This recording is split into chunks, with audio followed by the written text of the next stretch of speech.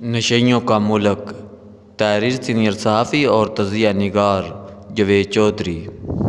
یہ پچھلے سال کی بات ہے، میں اپنے ایک دوست کے ساتھ DHA لاہور کے بڑے پرائیویٹ ہسپتال میں گیا۔ ہسپتال بہت جدید اور مہنگا ہے۔ میرے دوست کی طبیعت اچانک خراب ہو گئی تھی اور میں اسے معائنے کے لیے اسپتال لے گیا تھا۔ ہم دونوں جب اسپتال میں داخل ہوئے تو ہم نے اسٹریچر پر ایک نوجوان کی لاش دیکھی۔ اللہ تعالیٰ برے وقت سے بچائے، ہمیں اور ہماری اولادوں کو محفوظ رکھے۔ وہ ایک ہولناک منظر تھا۔ نوجوان 20-22 برس کا ہوگا، منہ خوفناک حد تک کھلا تھا، آنکھیں پپوٹوں سے باہر ابھر رہی تھی، گردن کی نسیں پھولی ہوئی تھی، ٹانگیں پھیلی ہوئی تھی اور بازو اسٹریچر سے نیچے لٹک رہے تھے۔ وہ کسی ہارر مووی کا کوئی کردار دکھائی دے رہا تھا۔ میں نے زندگی میں آج تک اتنا تکلیف دہ چہرہ نہیں دیکھا۔ نوجوان کپڑوں، جوتوں اور گھڑی سے کسی امیر خاندان کا چشم و چراغ دکھائی دے رہا تھا، لیکن وہ عبرت بن کر اسٹریچر پر پڑا تھا۔ ہم چند لمحے وہاں رک کر ڈاکٹر کے پاس چلے گئے۔ ڈاکٹر نے مجھے پہچان لیا اور بڑی محبت سے ملا۔ میرے دوست کا بلڈ پریشر بہت زیادہ تھا۔ ڈاکٹر نے اسے گولی دی، لمبے لمبے سانس لینے کا مشورہ دیا، 2 گلاس پانی پلایا اور ہمیں جانے کی اجازت دے دی۔ وہ ہمیں باہر چھوڑنے کے لیے آیا تو میں نے لاش کی طرف اشارہ کر کے پوچھا، اس بیچارے کے ساتھ کیا ہوا؟ ڈاکٹر نے افسوس سے جواب دیا، نشہ۔ میں نے حیرت سے پوچھا، کیا مطلب؟ وہ بولا، یہ دوستوں کے ساتھ رات پارٹی کر رہا تھا اور کوکین کی اوور ڈوز کی وجہ سے فوت ہو گیا۔ میں گھبرا گیا اور ڈاکٹر صاحب سے پوچھا، یہ کون ہے اور آپ اتنے اعتماد سے یہ کیسے کہہ سکتے ہیں؟ ڈاکٹر نے دکھی آواز میں جواب دیا، میرے بھائی، ہمارے اسپتال میں روز کسی نہ کسی نشئی کی لاش آتی ہے۔ لڑکے اور لڑکیاں پارٹیاں کرتے ہیں اور کوئی نہ کوئی اوور ڈوز کی وجہ سے مر جاتا ہے اور اس کے ساتھی اسے اسپتال کے دروازے پر چھوڑ کر بھاگ جاتے ہیں۔ ہم اسے ریوائیو کرنے کی کوشش کرتے ہیں اور ناکامی کے بعد اسے اسٹریچر پر رکھ دیتے ہیں تاکہ اگلے دن لواحقین آ کر اسے شناخت کریں اور لے جائیں۔ یہ ہمارا روز کا کام ہے، لہٰذا ہم چہرہ دیکھتے ہی ایشو تک پہنچ جاتے ہیں۔ میں نے پوچھا، لیکن کیا یہ پولیس کیس تو نہیں بنتا؟ وہ ہنس کر بولے، سر، یہ عام امیر اور بڑے لوگوں کے بیٹے ہوتے ہیں، ان پر کیا کیس بنیں گے؟ میں نے سر ہلایا، ڈاکٹر صاحب سے ہاتھ ملایا اور دکھی دل کے ساتھ باہر نکل آیا۔ یہ صرف لاہور اسپتال کے ایک سیکٹر کی صورتحال ہے۔ اگر آپ پورے ملک کا سروا کریں تو آپ کے ہاتھوں کے طوطے اڑ جائیں۔ پاکستان میں آٹا، چینی، دالیں، پانی، پٹرول، بجلی اور گیس ملے نہ ملے، لیکن ملک کے ہر کونے میں منشیات ضرور دستیاب ہے۔ آپ کسی شہر، کسی آبادی میں نکل جائیں تو آپ کو وہاں ہر طبقے کا جہاز ملے گا۔ مزدور سے لے کر سیٹ تک اکثریت کوئی نہ کوئی نشہ کر رہی ہوگی۔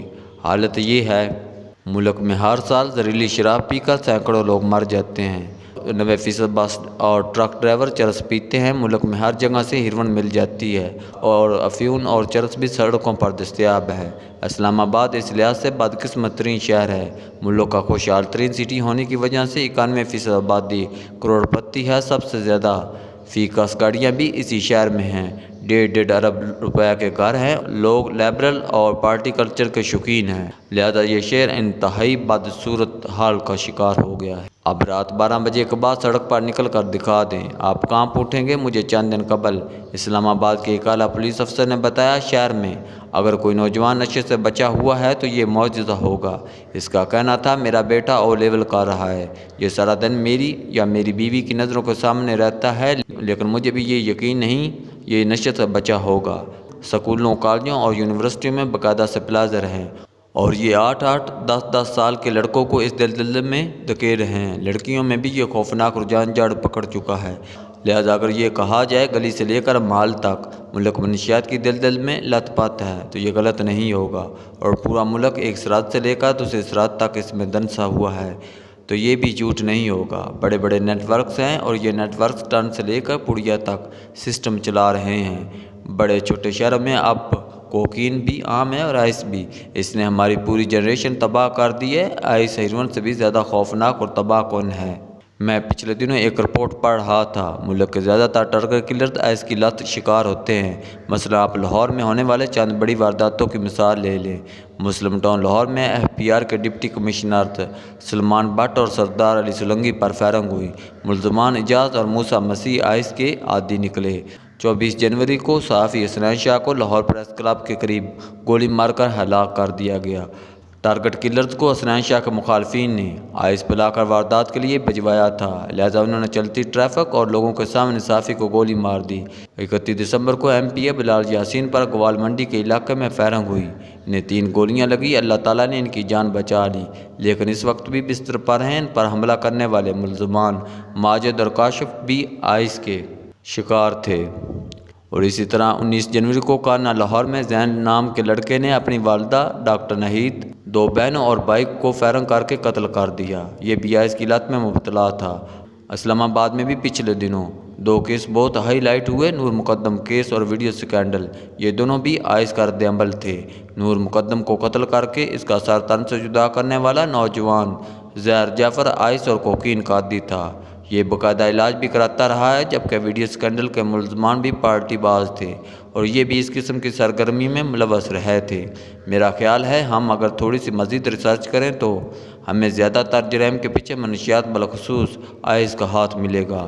آئس ایک خوفناک کیمیکل ہے، یہ انسان کی سوچ کو منفی بھی بنا دیتا ہے اور پھر اس میں عملی اقدام اٹھانے کی ہمت بھی پیدا کر دیتا ہے۔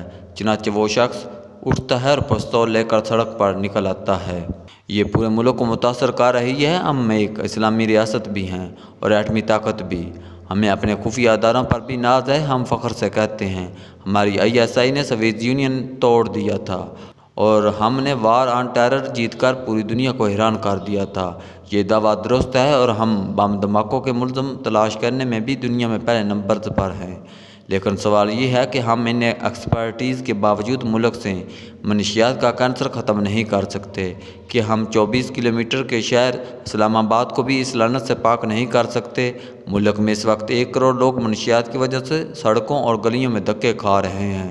یہ لوگوں کے برتن اور گٹروں کے ڈھکن چوری کر کے پڑیا یا ٹیکا خریدتے ہیں اور سرے عام نشہ کرتے ہیں۔